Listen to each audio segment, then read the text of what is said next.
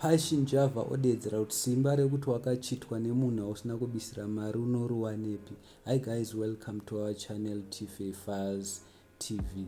Hey guys, Passion Java akanyora paFacebook pake kuti simba rekuti wakachitwa nemunhu wausina kubvisira mari unoriwanepi. So guys, vanhu vanga vachitanga vachipindura vachiti apa wataura chokwadi. Vamwe vadedzera kuti since pawakazvarwa iyi ndo inonzi best question yawataura. Vamwe vanga vachidedzera kuti bvunza holy 10. Vamwe vanga vachidedzera kuti iwe shamwari uchadhereresa nemahure afara panyaya yakadai, because vanga vachitaurira pakuti naivo mahure vane vasina kubvisirwa mari. Saka kana wakutaura zvakadaiwo vachitanga kutihurira vanhu nenyaya yako iwe.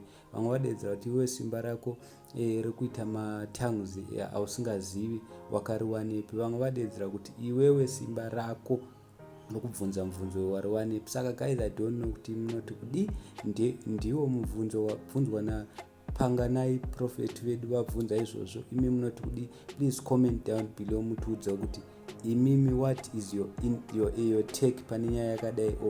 Because vamwe vati unopenga mubvunzo wako wakadhakwa. Vamwe vadedzera kuti ndio mubvunzo wekutanga wawataura kubvira pawakazvarwa unomeka sense. Vamwe vadedzera kuti bvunza holy 10. Saka I don't know guys, ndio nyaya iripo. Akazvinyora paFacebook yake, vanhu vakapindura. Aya manikikira muri kuona aya mascreenshots anoradzira zvazvichitaurwa nevanhu. Vanhu vataura zvinhu zvakasiyana siyana panyaya iyoyi. Vamwe vafara zviri kunzi wafadza mahure. Vamwe vari kuti iwe mufesi iwe uchadhereresa nevasikana vasina kubvisira mari. Namadhamboso vabuda vachiseka. I don't know guys kuti munoti kudi. Please don't forget to subscribe to our channel. Thank you. Ciao ciao.